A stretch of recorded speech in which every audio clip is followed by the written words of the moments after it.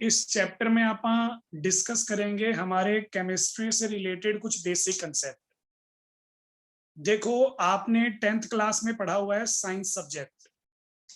जब आप 10th class में साइंस सब्जेक्ट पढ़ते थे ना, उस साइंस के अंदर आप 3 पार्ट्स पढ़ते थे। एक थी हमारी केमिस्ट्री, जैसे आपने 10th क्लास में पढ़ा होगा डिफरेंट टाइप की रिएक्शंस के लिए केमिकल रिएक्शंस वाला चैप्टर, पीरियोडिक प्रॉपर्टीज का chapter, carbon and it's compounds का चैप्टर, उसके अलावा एसिड बेस का चैप्टर। तो ऐसे चैप्टर्स आपने पढ़े हुए हैं, वो केमिस्ट्री का पोर्शन था। फिर आपने पढ़ी बायोलॉजी, जो आपका सेल्स का टिश्यूज का चैप्टर था सारा, वो सारे इसके अंदर आ गए। और फिर आपने पढ़ी फिजिक्स। तो मतलब एक ही बुक थी हमारे पास, उस एक बुक में 3 अलग अलग ब्रांचेस थी साइंस की, वो आप डिस्कस कर रहे थे। अभी +1 में क्या हो गया, +1 में इन तीनों ब्रांचेस को आपा ने अलग कर दिया। आपा ने बोला कि केमिस्ट्री और फिजिक्स तो पढ़ना जरूरी है, जो बच्चे मेडिकल लेना चाहते हैं वो बायो भी पढ़ेंगे, और जो मेडिकल ही लेना चाहते हैं उनका इन दोनों से काम चल जाएगा, इसके अलावा उनको मैथ्स पढ़नी पड़ेगी। तो यहाँ पे मैं आपको ये बोल रहा हूँ कि जो हमारी केमिस्ट्री है वो साइंस की ब्रांच है, साइंस से डिराइव हुई है वो। अब केमिस्ट्री में हमें स्पेशली क्या पढ़ना होता है? केमिस्ट्री के अंदर हमें सबसे पहले पूरी की पूरी नॉलेज होनी चाहिए बच्चे मैटर के बारे में। एक्चुअल में जो हमारी केमिस्ट्री है वो केमिस्ट्री क्या है? स्टडी ऑफ मैटर है। अगर मैं आपको एक सिंपल सी डेफिनेशन दूं ना कि व्हाट इज केमिस्ट्री, तो आपका सिंपल सा आंसर ये होगा, chemistry is study of matter. फिर किसी बच्चे ने बोला कि सर मैटर को क्या पढ़ना है? मैटर की एक डेफिनेशन होती है, 2-3 एग्जांपल दे दो, मैटर खत्म। तो क्या केमिस्ट्री सिर्फ इतनी सी होती है? तो आंसर आएगा नहीं। एक्चुअल में हमने मैटर को इतना ही पढ़ा हुआ है, और अभी मैं चैप्टर स्टार्ट करवाऊंगा तो मैं इतना ही बोलूंगा, मैटर की डेफिनेशन दूंगा, फिर मैटर का एग्जांपल दूंगा। लेकिन एक्चुअल में हम पूरी केमिस्ट्री में क्या करते हैं, हम हमारे मैटर की प्रॉपर्टीज पढ़ेंगे, मैटर का स्ट्रक्चर पढ़ेंगे, मैटर की कंपोजिशन पढ़ेंगे, ऐसे फिजिकल या केमिकल फैक्टर्स पढ़ेंगे जो मैटर को अफेक्ट करते हैं, मैटर को चेंज करते हैं। बहुत सारी बातें ऐसी होती हैं जिन वजह से मैटर जो होता है वो अपनी प्रॉपर्टीज को चेंज करता है।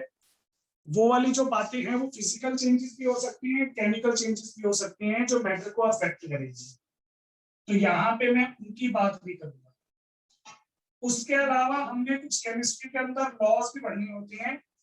जो केमिस्ट्री के अंदर हम लॉज पढ़ रहे हैं उनका क्या इफेक्ट आएगा हमारे मैटर के ऊपर, ये भी डिस्कस करेंगे।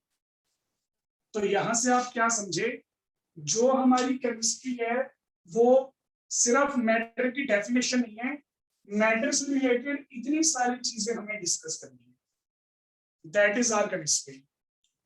जो आपकी +1 की केमिस्ट्री है वो +2 की 10th की केमिस्ट्री से बिल्कुल अलग है। तो आपको इस पहले चैप्टर में कुछ कंसेप्ट पढ़ने हैं केमिस्ट्री से रिलेटेड, कुछ बातें पढ़ेंगे जो हमें आने वाले चैप्टर्स के अंदर हेल्प करेंगे। अब चाहे वो आप +1 के चैप्टर्स मान लो, चाहे आप +2 के चैप्टर्स मान लो, चाहे आप उससे आगे वाली स्टडी मान लो, तो हमने हमारी +1 केमिस्ट्री में बेस जो है वो प्रिपेयर करना है। हम बेस बनाना स्टार्ट करेंगे हमारी केमिस्ट्री से रिलेटेड। तो यहाँ पे सबसे पहले आपने क्या करना है, देखो सबसे पहले आप स्टार्ट करेंगे मैटर की डेफिनेशन से, और फिर आप स्टार्ट करेंगे मैटर के क्लासिफिकेशन से। आज हम पढ़ेंगे मैटर की डेफिनेशन, मैटर की क्लासिफिकेशन, और फिर उसके बाद हम डिस्कस करना स्टार्ट करेंगे हमारे नेक्स्ट टॉपिक्स को। तो ध्यान से देखोगे, ध्यान से सुनोगे, बहुत ही इजी कंसेप्ट्स हैं। जो भी मैं आपको पढ़ाऊंगा उससे रिलेटेड नोट्स मैं आपको सेंड करूंगा, तो आप उन नोट्स को फॉलो करोगे। जितना जितना आपको बैकअप क्लासेस में करवा दिया जाएगा, आपने उतनी ही चीजें जो है वो फॉलो करनी है। तो नोट्स मैं आपको दूंगा, नोट्स आप पढ़ा करो। जो भी आपके डाउट्स होंगे आप मुझसे क्लास में भी पूछ सकते हो, ग्रुप में भी सेंड कर सकते हो, तो मैं आपको उसका रिस्पॉन्स जो है वो दे दिया करूंगा। तो ये हमारा पढ़ने का क्राइटेरिया रहेगा। स्टार्ट करते हैं हम फिर सबसे पहले, जिसपे हमारी केमिस्ट्री जो है वो डिपेंडेंट है। सबसे पहले मैं आपको केमिस्ट्री की डेफिनेशन दे रहा हूँ। What is chemistry? तो आप यहां से डेफिनेशन देना स्टार्ट करोगे। Chemistry is the branch of science which deals with the study of matter. अब मैटर की स्टडी कैसे करेंगे? The matter can be studied by studying its properties, structure, composition, physical changes or chemical changes which affect the matter, and also those chemical laws which affect the matter. Chemistry जो है वो क्या है? Chemistry हमारी science की branch है जिसमें हम मैटर के बारे में स्टडी करेंगे। हम मैटर की प्रॉपर्टीज पढ़ेंगे, मैटर का स्ट्रक्चर पढ़ेंगे, मैटर की कंपोजिशन पढ़ेंगे, मैटर से रिलेटेड जो फिजिकल केमिकल चेंज है जो मैटर को अफेक्ट करती हैं वो पढ़ेंगे, और उसके अलावा हमारे केमिकल लॉज भी पढ़ेंगे जो हमारी केमिस्ट्री को अफेक्ट करते हैं। तो एक लंबी चौड़ी डेफिनेशन हमारे पास हो गई हमारी केमिस्ट्री की। केमिस्ट्री की लंबी चौड़ी डेफिनेशन देने के बाद फिर हम स्टार्ट करेंगे हमारा नया कंसेप्ट विच इज मैटर। ये जो चैप्टर आप पढ़ रहे हैं यहाँ पे some basic concepts of chemistry, इसके कुछ एक इंपॉर्टेंट टॉपिक है जो आपको ध्यान देनी है, जो आपको बहुत अच्छे से समझनी है, ताकि हमें आगे वाली केमिस्ट्री के अंदर दिक्कत ना आए। देखो चैप्टर तो आप सारा डिस्कस करेंगे, चैप्टर तो हमें कंप्लीटली डिस्कस करना ही है, लेकिन फिर भी हमारे कुछ एक टॉपिक्स वो होते हैं जिन पे हमारा मेन फोकस रहता है, जो हम अच्छे से करना चाहते हैं। तो वो मैं आपको बता देता हूँ। आज वाला टॉपिक हमारा इंपॉर्टेंट है, मैटर एंड इट्स क्लासिफिकेशन। ये जो टॉपिक आप पढ़ रहे हैं ये टॉपिक हमारा इंपॉर्टेंट है, आज का टॉपिक। उसके अलावा बच्चे आप इसमें पढ़ेंगे एक टॉपिक सिग्निफिकेंट फिगर्स का, वो टॉपिक इंपॉर्टेंट रहेगा। फिर आप इसमें पढ़ेंगे लॉज ऑफ केमिकल कॉम्बिनेशन, ये टॉपिक हमारा इंपॉर्टेंट रहेगा। फिर आप इसमें पढ़ेंगे डाल्टन्स थ्योरी, वो इंपॉर्टेंट है। फिर सबसे इंपॉर्टेंट चैप्टर आ गया, सबसे इंपॉर्टेंट टॉपिक आ गया जिसके लिए आप ये चैप्टर पढ़ रहे हैं, मोल कंसेप्ट। मोल कंसेप्ट को बच्चे आप अब पढ़ना स्टार्ट करोगे +1 में, फिर आप +2 करते हो, IIT करते हो, नीट करते हो, BSc करते हो। साइंस से अगर आप कनेक्टेड रहते हो, केमिस्ट्री से अगर आप कनेक्टेड रहते हो, तो ये आपका पीछा नहीं छोड़ने वाला। मोल कंसेप्ट इतना इंपॉर्टेंट टॉपिक है। उसके बाद हम करेंगे इंपिरिकल फॉर्मूला, और लास्ट में हम करेंगे हमारा लिमिटिंग रिएजेंट का टॉपिक। तो इस चैप्टर के अंदर ये कुछ इंपॉर्टेंट टॉपिक्स हैं जिन पे हमारा फोकस रहना चाहिए। ये टॉपिक तो हमें अच्छे से आने ही चाहिए, और बाकी चीजें अगर नहीं भी आएंगी तो कोई दिक्कत नहीं है, आगे आने वाले चैप्टर्स में उनका कोई यूज नहीं है। लेकिन ये मैंने बताया ये वाले टॉपिक्स हमारे काफी इंपॉर्टेंट हैं। इसमें जो मोल कंसेप्ट है आपका वो लाइफ टाइम चलेगा जब तक आप केमिस्ट्री के साथ कनेक्टेड रहोगे। जैसे मैंने सबसे पहले +2 की, फिर मैंने BSc की, MSc की, फिर नेट क्वालिफाई किया, गेट क्वालिफाई किया, तो अभी तक यहाँ पे मोल कंसेप्ट जो है वो हमारा कंटिन्यू है। मोल कंसेप्ट तो हमें यूज करना ही पड़ता है, तो बहुत इंपॉर्टेंट टॉपिक रहेगा। और अब अभी स्टार्ट कर रहे हैं हमारे टॉपिक से, मैटर एंड इट्स क्लासिफिकेशन से। Excuse me sir. हाँ जी बच्चे। सर एक बार मैटर की केमिस्ट्री की डेफिनेशन फिर से रिपीट कर दो। हाँ जी, मैं केमिस्ट्री की डेफिनेशन जो है वो एक बार लिख देता हूँ, आपको क्लियर हो जाएगी। तो यहाँ पे देखो, यहाँ लिख रहा हूं मैं केमिस्ट्री की definition. Chemistry is a branch of science which deals with the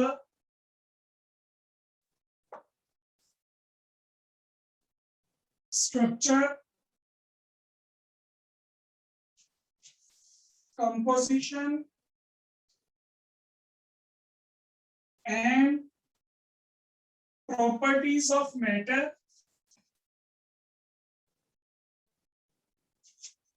also the physical and chemical changes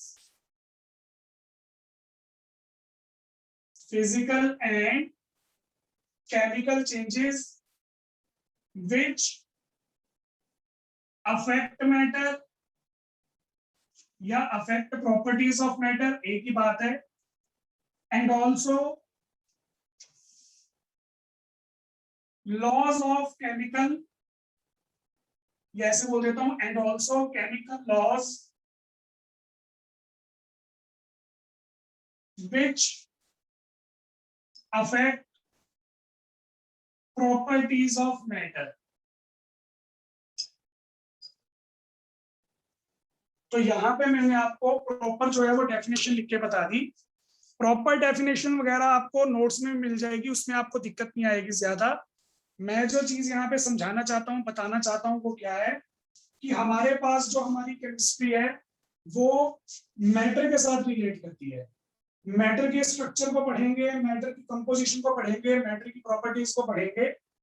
उसके अलावा जो फिजिकल और केमिकल चेंजेस हैं जो मैटर को अफेक्ट करते हैं, या उसके अलावा जो हमारे केमिस्ट्री के लॉज हैं जिनको आप केमिकल लॉज बोलते हैं, वो कैसे मैटर की प्रॉपर्टीज को अफेक्ट करते हैं, ये सारी चीजें आप पढ़ेंगे।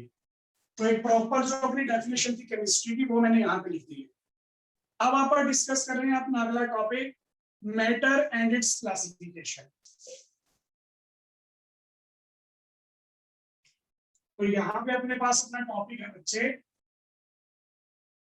Matter and it's classification. तो मैं आपको पहले एक टेबल बना के, एक चार्ट बना के दिखा देता हूं। उस चार्ट से आपको समझ में आ जाएगा कि आपने करना क्या है। देखो, सबसे पहले आप मैटर के बारे में पढ़ेंगे। मैटर क्या होता है, मैटर को डिफाइन करेंगे, मैटर के एग्जांपल देंगे, फिर आप स्टार्ट करेंगे मैटर की क्लासिफिकेशन। जब आप मैटर को क्लासिफाई करेंगे ना, तो मैटर को आप दो तरह से क्लासिफाई कर सकते हैं, which is physical classification and second one is chemical classification.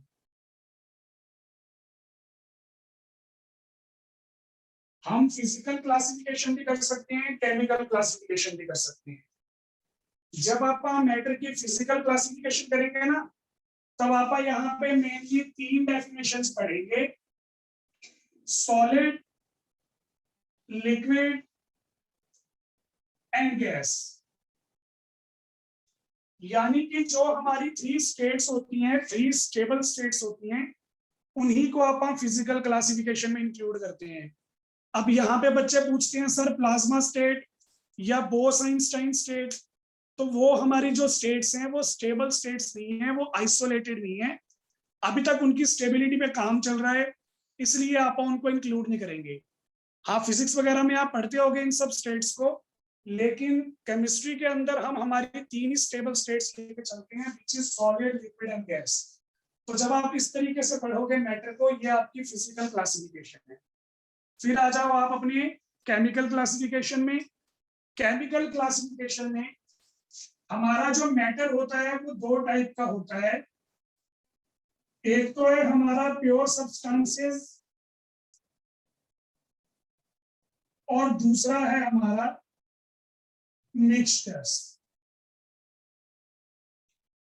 Chemical classification के अकॉर्डिंग मैटर हमारा दो टाइप का होगा, प्योर सब्सटेंसेस एंड मिक्सचर। तो यहाँ पे इसको डिफाइन करूंगा अभी मैं, जब मैं इसको पढ़ाना स्टार्ट करूंगा। पहले तो मैं आपको एक फ्लो चार्ट बता रहा हूँ, बस आपने करना क्या क्या है। प्योर सब्सटेंसेस हमारे पास दो तरह की होती है। प्योर सब्सटेंसेस होते हैं एलिमेंट्स और दूसरे होते हैं कंपाउंड्स। प्योर सब्सटेंसेस दो तरह के हैं, एलिमेंट्स एंड कंपाउंड्स। और मिक्सचर हमारे पास फिर दो तरह के होते हैं, homogeneous mixture and heterogeneous mixture. तो बेसिकली ये सारी चीजें आपने पढ़नी है आज, ये सब चीजें हमारी कवर होंगी मैटर एंड इट्स क्लासिफिकेशन के अंदर। तो देखो, बहुत ही इजी सी डेफिनेशंस हैं, आपको ये डेफिनेशंस ध्यान में रखनी है जस्ट फॉर योर कंसेप्ट। ताकि आप जब भी आगे चीजों को पढ़ोगे, आपके सामने कोई नई वर्डिंग आएगी तो आप उसमें कंफ्यूज ना हो जाओ। उसके लिए आप ये सारी चीजें जो हैं वो डिस्कस करने वाले हैं आज। तो देखो, वन बाय वन इसको स्टार्ट करते हैं। सबसे पहले मैं स्टार्ट करता हूं मैटर की डेफिनेशन से। आप सभी बच्चों ने 9th-10th के अंदर मैटर जो है वो पढ़ रखा होगा। तो 9th-10th वाली डेफिनेशन ये है जो हमारी +1 में भी कंटिन्यू हो गई कि anything which occupy space and have some mass is called matter. पूरे यूनिवर्स में ऐसा कोई भी सब्सटेंस जो कुछ ना कुछ स्पेस ऑक्यूपाई करता हो और जिसका डेफिनेट मास हो, उसे हम मैटर बोल देते हैं। फॉर एग्जाम्पल, अभी आप अपनी क्लासेस लगा रहे होगे मोबाइल पे या लैपटॉप पे, तो वो मोबाइल या लैपटॉप जो आप यूज कर रहे हो वो मैटर है। मैं पढ़ाने के लिए मार्कर का यूज कर रहा हूँ, डस्टर का यूज कर रहा हूँ, व्हाइट बोर्ड का यूज कर रहा हूँ, ये सारी चीजें जो है ये मैटर हैं। मैं खुद मैटर हूँ, आप सब भी मैटर हो। मैंने मोबाइल जो है वो ट्राइपॉड पे लगाया हुआ है, तो मेरा मोबाइल और ट्राइपॉड वो दोनों भी मैटर है। भाई, यूनिवर्स में आपको जितनी भी चीजें दिख रही है ना, वो सारी की सारी चीजें जो है वो मैटर है, जो भी आप यूनिवर्स के अंदर देख पा रहे हो। अब किसी बच्चे ने पूछा कि सर सिर्फ दिखने वाली चीजें ही मैटर होती हैं, तो ऐसा बिल्कुल नहीं है। जो हमारी एटमॉस्फेरिक गैसेस हैं उनको आप नहीं देख पा रहे, लेकिन वो भी हमारा मैटर है। आपने बिल्कुल सही सुना, जो हमारे एटमॉस्फेयर के अंदर गैसेस होती हैं वो गैसेस भी मैटर होती है। गैसेस को मैटर प्रूव करने का सबसे बढ़िया एग्जांपल क्या होता है? Filling of balloon. हम एक खाली बैलून लेंगे, वो खाली बैलून इतने से साइज का होगा और उसको हम वेट करेंगे तो वो 1-2 ग्राम का आ रहा होगा। फिर मैंने उसके अंदर हवा भरनी है, चाहे पंप से भरो चाहे मुंह से भरो, वो आपकी मर्जी है। मैंने बैलून के अंदर हवा भरनी है, हवा भरने के बाद वो बैलून हो गया इतने साइज का, और उसको जब मैं वेइंग मशीन पे वेट करूंगा तो उसका वेट जो है वो 2 ग्राम से थोड़ा ज्यादा आएगा, 2.5 ग्राम या 3 ग्राम इस तरीके से आएगा। तो यहाँ पे आपने क्या देखा? जो आपका बैलून था वो छोटे से बड़े साइज का हो गया, मतलब स्पेस ऑक्यूपाई हो गया। पहले 2 ग्राम वेट आ रहा था, अब 2.5 ग्राम वेट आ रहा है, मतलब डेफिनेट मास भी प्रेजेंट है। तो जो एटमॉस्फेरिक गैसेस है हमारी, वो सारी की सारी जो होती हैं वो मैटर के अंदर आती है। तो आप अपनी तरफ से कोई भी एग्जांपल सोचो, जो भी आपके मन में एग्जांपल आ रहा होगा यूनिवर्स से रिलेटेड, यूनिवर्स की चीजों से रिलेटेड जो आप देख सकते हो, वो सभी चीजें जो हैं वो मैटर के अंदर कंसीडर होंगी। फिर यहाँ पे मुझसे एक बच्चे ने पूछा, कहता कि सर आप हमें पढ़ा रहे हो, आपने लाइट वगैरह जो है वो यूज की हुई है, तो यानी कि आप इलेक्ट्रिक एनर्जी का यूज कर रहे हो। इलेक्ट्रिक एनर्जी यूज कर रहा हूं मैं। उसके अलावा बच्चे ने बोला कि सर आप ऑनलाइन पढ़ा रहे हो, तो ऑनलाइन पढ़ा रहे हो, यहाँ पे आप नेटवर्क का यूज कर रहे हैं। तो नेटवर्क का यूज कर रहे हैं, नेटवर्क वाली जो हमारे पास हमारी वेव्स होती हैं उनको आप बोलती है रेडियो वेव्स। तो ये जो इलेक्ट्रिक एनर्जी है या ये जो रेडियो वेव्स हैं, ये भी मैटर के अंदर आएंगी। तो यहाँ पे मेरा आंसर है नहीं। हमारे पास इलेक्ट्रिक एनर्जी और रेडियो वेव्स जो हैं ये मैटर के अंदर इंक्लूड नहीं होती। तो यहाँ पे मुझे आपको ये भी बताना पड़ेगा कि मैटर से आप क्या क्या चीजें एक्सक्लूड करते हैं, मैटर के अंदर आप किस किस को काउंट नहीं करते। अगर मैंने आपको ये चीजें बताई ना कि कौन कौन सी चीजें मैटर के अंदर इन्वॉल्व होती हैं, तो मुझे आपको वो चीजें भी बतानी चाहिए जो मैटर के अंदर इन्वॉल्व नहीं होती।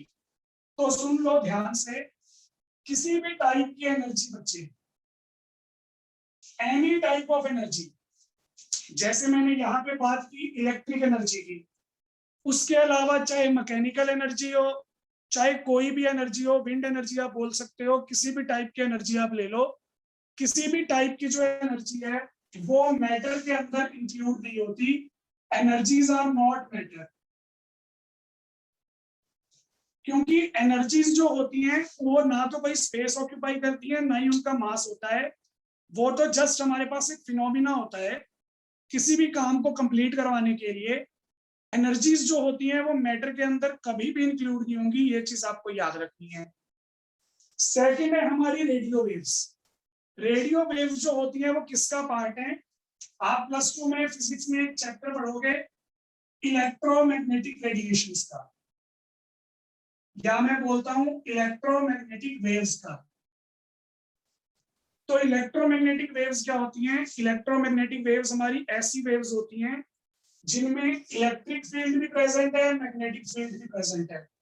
अभी ज्यादा तक आपको मैं नहीं करूंगा, इसके बारे में डिटेल में आप पढ़ोगे, सेकंड चैप्टर में भी बताऊंगा, उसके साथ साथ फिजिक्स में +2 में तो आपका पूरा यूनिट ही आ जाएगा, यूनिट नंबर 5, वहां पे आप पढ़ोगे। तो रेडियो वेव्स जो है वो एक टाइप की वेव्स हैं, और जो हमारी वेव्स होती हैं वो भी एनर्जी की फॉर्म होती है। और एनर्जी का मैंने क्या बताया, एनर्जी जो होती है वो मैटर में इंक्लूड नहीं होती।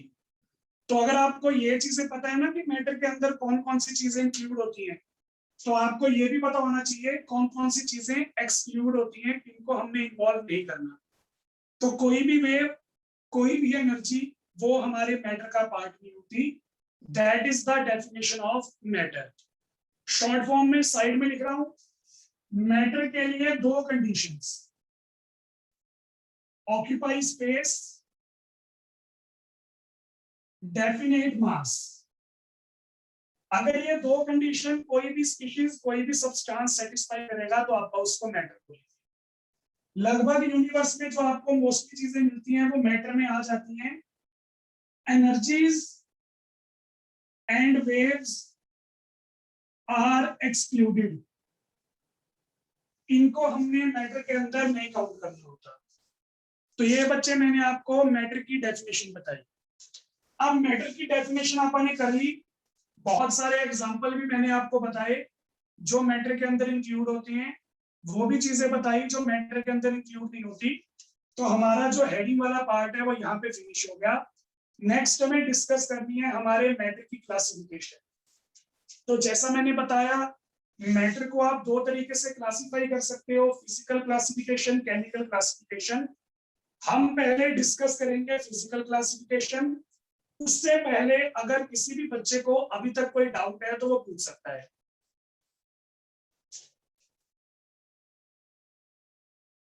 फील फ्री टू आस्क, अगर आपको कोई भी दिक्कत है तो आप पूछ सकते हो।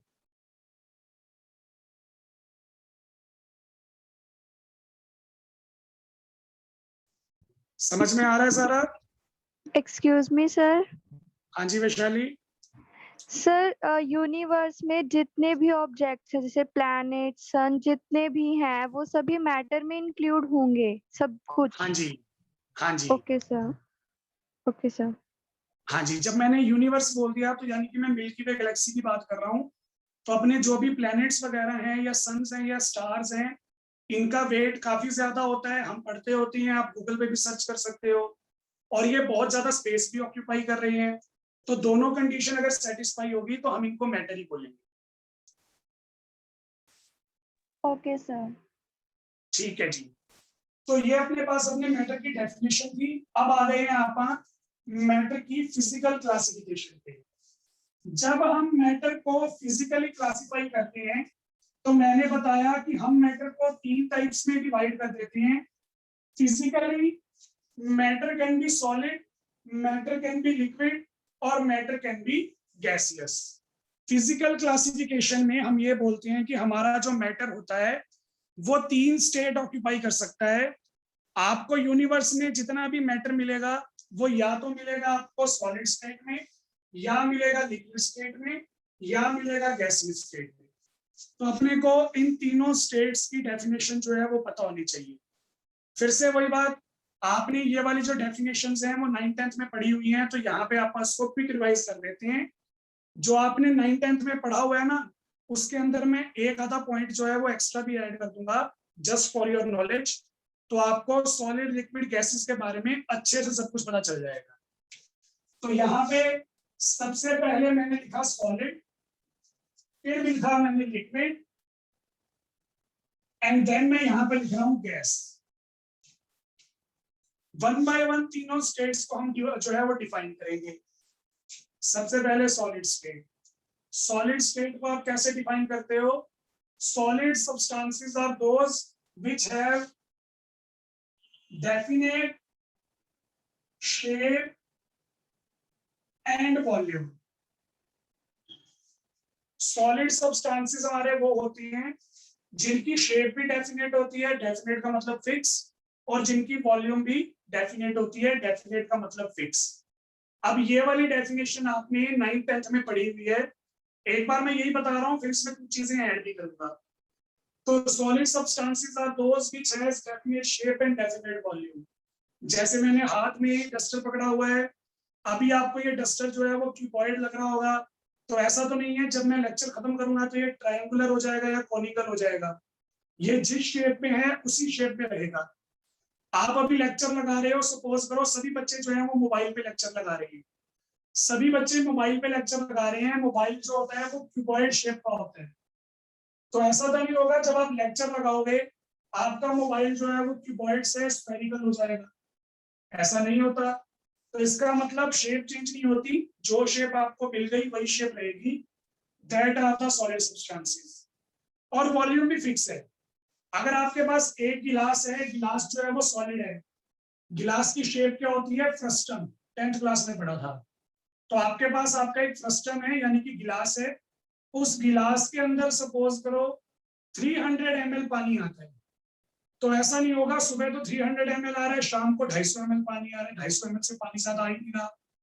आप उस गिलास को कभी यूज करो, चाहे आज यूज करो चाहे एक साल बाद यूज करना, उस गिलास की जो वॉल्यूम होगी वो कितनी आएगी, 300 ml, that is fix.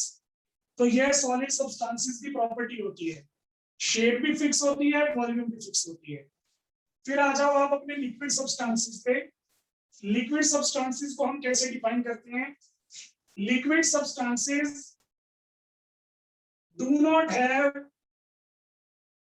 definite shape but have definite volume। जो हमारे लिक्विड होते हैं उनकी शेप डेफिनेट नहीं होती, आप उनको जिस कंटेनर में डालोगे वो उसी कंटेनर की शेप एक्वायर कर लेंगे। जैसे मैं बाजार से कोल्ड ड्रिंक खरीद के लाया, तो जो भी हमारे बोतल की शेप थी मेरी कोल्ड ड्रिंक भी उसी शेप में थी। फिर मैंने उसको फटाफट गिलास में डाला, तो जो भी गिलास की शेप होगी कोल्ड ड्रिंक वही शेप एक्वायर कर लेगी। मैं पीने वाला था, मेरा छोटा भाई आ गया, कहता दे दे तो मम्मी को बताऊंगा, तो उसको मैंने कटोरी में डाल के दी, जो भी हमारा बाउल था या जो भी हमारी कटोरी थी उसकी शेप एक्वायर कर लेगी कोल्ड ड्रिंक। तो पहले बोतल की शेप, फिर ग्लास की शेप, फिर कटोरी की शेप, जिस कंटेनर में आप डालोगे वही शेप एक्वायर हो जाएगी। लिक्विड की शेप डेफिनेट नहीं होती लेकिन वॉल्यूम डेफिनेट होती है। 2 लीटर वाली पेप्सी की बोतल में 2 लीटर पेप्सी ही निकलेगी। ऐसा नहीं है कि आप उसको घर पे लाके 2 दिन रखोगे, 2 दिन के बाद वो 2.5 लीटर हो जाएगी। ऐसा हो जाता तो वैसे मुझे हो जाती, पर ऐसा नहीं होता। जो आपके लिक्विड होते हैं उनकी वॉल्यूम फिक्स होती है। अगर आपने एक ग्लास के अंदर 300 ml वाटर भरा, तो ऐसा नहीं है कि वो 2 घंटे के बाद 300 से 350 हो जाएगा या 300 से 200 हो जाएगा। हाँ, इवेपोरेशन की बात अलग है, लेकिन मैं नॉर्मल कंडीशंस की बात कर रहा हूँ। नॉर्मल कंडीशंस में अगर 300 ml पानी है तो वो 300 ही रहेगा, ना कम होगा ना ज्यादा होगा। दैट्स व्हाई लिक्विड जो होती हैं, लिक्विड्स की वॉल्यूम क्या होती है, डेफिनेट होती है। अब उसके बाद हम तीसरी डेफिनेशन पे आ गए, विच इज गैस। तो गैसेस जो होते हैं वो खुले दिल वाले हैं। ये आपके वो हैं जो क्लास के लास्ट बेंचर्स होते हैं, जो ज्यादा बातें नहीं मानते होते। यानी कि गैसेस की ना तो डेफिनेट शेप होती है और ना ही डेफिनेट वॉल्यूम होती है। ना तो ये शेप वाली बात मानते हैं और ना ही ये डेफिनेट वाली वॉल्यूम वाली बात मानते हैं। तो ये हमारे पास हमारी 3 डेफिनेशंस होती हैं। अब इन तीनों डेफिनेशंस को सिंपल तरीके से आप कैसे याद करोगे? देखो सिंपल तरीके से याद करने का मेथड, ये आ गए सॉलिड लिक्विड गैस, यहां पे लिख दो definite shape and definite volume. Solid के लिए क्या करोगे, दोनों ऑप्शंस पे टिक लगाओगे, शेप भी डेफिनेट वॉल्यूम भी डेफिनेट। लिक्विड के लिए क्या करोगे, शेप पे तो क्रॉस आ जाएगा, वॉल्यूम पे टिक आ जाएगा। और गैसेस के लिए क्या करोगे, दोनों पे क्रॉस आ जाएगा। तो ये हमारे पास हमारे सॉलिड लिक्विड गैसेस की डेफिनेशन हो गई। जिनके पास डेफिनेट शेप डेफिनेट वॉल्यूम दोनों है वो सॉलिड, डेफिनेट वॉल्यूम वाले लिक्विड। और जिनका कुछ भी डेफिनेट नहीं होता, पता नहीं आगे क्या होगा क्या नहीं होगा, जिंदगी ऐसी चल रही है, तो वो है हमारी गैसेस। ये वो डेफिनेशन है जो आप 9th में पढ़ते हो। एक डेफिनेशन आपको मैं भी बताता हूँ, एक्चुअल में मैं आपको 2 डेफिनेशंस बताऊंगा। एक डेफिनेशन में आपको अभी बता ही रहा हूँ, एक डेफिनेशन में आपको 5th चैप्टर में बताऊंगा। 5th चैप्टर है आपका स्टेट्स ऑफ मैटर, यही पढ़ना है आपने। तो 5th चैप्टर में भी एक डेफिनेशन दूंगा। अभी के लिए सुनो, यहां पे मैंने एक और फैक्टर जो है वो ऐड कर दिया, वो फैक्टर है हमारा फोर्सेस का। थोड़ा बेटर लिखता हूं, ये कौन से फोर्सेस हैं? ये इंटरमॉलिक्यूलर फोर्सेस है। इंटरमॉलिक्यूलर का मतलब क्या होता है? डिफरेंट मॉलिक्यूल्स, अलग अलग मॉलिक्यूल्स में जो फोर्सेस प्रेजेंट हैं उनके बारे में मैं बात कर रहा हूं। तो सॉलिड सब्सटेंसेस में क्या होता है बच्चे? सॉलिड सब्सटेंसेस में जो एटम्स होते हैं वो एक दूसरे के बहुत ज्यादा क्लोज होते हैं, यानी कि एक दूसरे के साथ वो टाइटली अट्रैक्टेड है, बिल्कुल एक दूसरे के साथ किस तरीके से जुड़े हुए हैं। तो एटम्स या मॉलिक्यूल्स के बीच में अट्रैक्शन बहुत ही ज्यादा स्ट्रॉन्ग है। ये हमारे पास हमारे सॉलिड की डेफिनेशन आ जाएगी। Solid substances are those substances which have strongest intermolecular forces. सबसे ज्यादा स्ट्रॉन्ग होती हैं इंटरमॉलिक्यूलर फोर्सेस किसमें? सॉलिड में। अब एक बार लिक्विड को छोड़ो, गैस में आ जाओ। गैस वाले मैंने बताया था बैक बेंचर है, नालायक है, बात तो मानते नहीं। तो यहाँ पे क्या होगा, जो पार्टिकल्स होंगे वो दूर दूर चले जाएंगे। अच्छा, आप में से कोई बच्चा लास्ट बेंच पे बैठता हो तो माइंड मत करना कि सर बैक बेंचर्स को बुरा बोल रहे हैं, ये सिर्फ एक कहने की बात होती है। मैं खुद एक क्लास में बैठने वाला बच्चा था, बैक बेंचर था, तो ऐसा कुछ नहीं होता है। वो हम बस बातें करने के लिए बोल देते हैं कि आगे वाले सियाने हैं, पीछे वाले नालायक हैं। इसका वास्तविक घटना से कोई लेना देना नहीं है। वो सीरियल स्टार्ट होता है, डिस्क्लेमर आता है ना, तो वो डिस्क्लेमर मैं आपको भी दे रहा हूँ। तो आप ये मत समझना कि मैं फर्स्ट बेंचर्स को अच्छा समझता हूँ, मैं लास्ट बेंचर्स को बुरा समझता हूँ। मैं तो पढ़ने वालों को अच्छा समझता हूँ और ना पढ़ने वालों को भी अच्छा समझता हूँ, क्योंकि दोनों की जरूरत है। अब दोनों की जरूरत क्यों है ये मैं आपको किसी और दिन बताऊंगा। अभी आप लेक्चर कंटिन्यू कर रहे हैं, तो प्लीज बैक बेंचर्स पे माइंड मत करना। वो मैं वैसे ही सिर्फ एक आपको एग्जांपल के लिए बोल रहा हूँ, मेरा एक्चुअल जो इंटेंशन है वो कभी भी खराब नहीं है। चलो, जो हमारे सॉलिड थे, सॉलिड के अंदर जो हमारे पार्टिकल्स थे वो एक दूसरे के क्लोज आ रहे थे, लेकिन गैसेस में ऐसा नहीं होता। गैसेस में पार्टिकल एक दूसरे से बड़े दूर आ रहे हैं, तो यानी कि इनमें आपस में बनती ही नहीं, इनमें आपस में अट्रैक्शन ही नहीं है। तो यही हमारे पास हमारी गैसेस की डेफिनेशन होगी। गैसेस आर दोज मैटर या those state of matter which have weakest force of attraction, या मैं बोलूंगा वीकेस्ट इंटरमॉलिक्यूलर फोर्सेस। सॉलिड के अंदर इंटरमॉलिक्यूलर फोर्सेस सबसे ज्यादा स्ट्रॉन्गेस्ट, गैसेस के अंदर इंटरमॉलिक्यूलर फोर्सेस सबसे ज्यादा वीकेस्ट। फिर लिक्विड हमारे कौन से हैं? लिक्विड हमारे इंटरमीडिएट बच्चे। 3 तरह के स्टूडेंट हो गए क्लास में, वो जो फेल होंगे, वो जो 60% लेके आएंगे और वो जो 80% लेके आएंगे। तो यही हमारे पास हमारा केस है। 80% वाले स्ट्रॉन्ग, जो फेल हो गए वो बी, और फिर आती है इंटरमीडिएट ठीक ठाक 60% वाले। फेल जितने बुरे भी नहीं है और मेरिट जितने अच्छे भी नहीं है। तो लिक्विड के अंदर पार्टिकल्स जो होते हैं, उन पार्टिकल्स में थोड़ा थोड़ा गैप होता है। गैसेस जितना ज्यादा गैप भी नहीं है और वो सॉलिड जितने क्लोज भी नहीं है। तो लिक्विड के अंदर जो इंटरमॉलिक्यूलर फोर्सेस होती हैं वो इंटरमीडिएट होती हैं। इंटरमीडिएट का मतलब है बीच के फोर्सेस हैं। गैसेस से तो स्ट्रॉन्ग है लेकिन सॉलिड से वीक है। तो ये हमारे पास हमारी डेफिनेशन आ गई इंटरमॉलिक्यूलर फोर्सेस के अकॉर्डिंग। सॉलिड लिक्विड गैस मैंने यहाँ पे डिफाइन कर दिया। फिजिकल क्लासिफिकेशन हमारी कंप्लीट हो गई। अगर यहाँ पे किसी बच्चे को कोई दिक्कत है तो बताओ।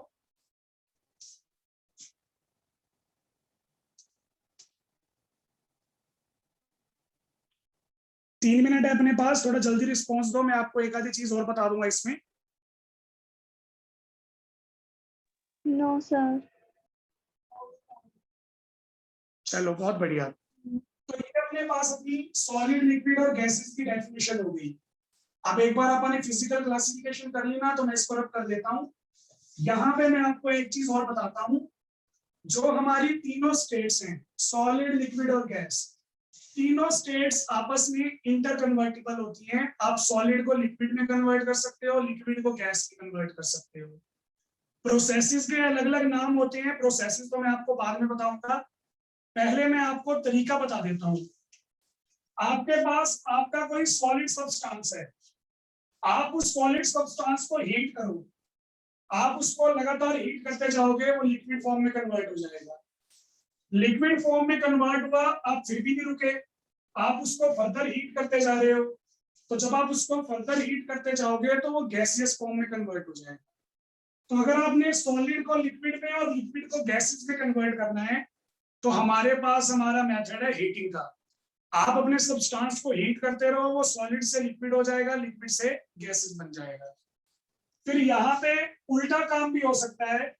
अगर आपने गैस को लिक्विड बनाना है, गर्म करने से फॉरवर्ड प्रोसेस था, तो ठंडा करने से बैकवर्ड प्रोसेस चलेगा, यानी कि कूलिंग करनी पड़ेगी। गैस की कूलिंग करोगे, टेम्परेचर डिक्रीज कर दोगे, तो वो लिक्विड में कन्वर्ट हो जाएगी।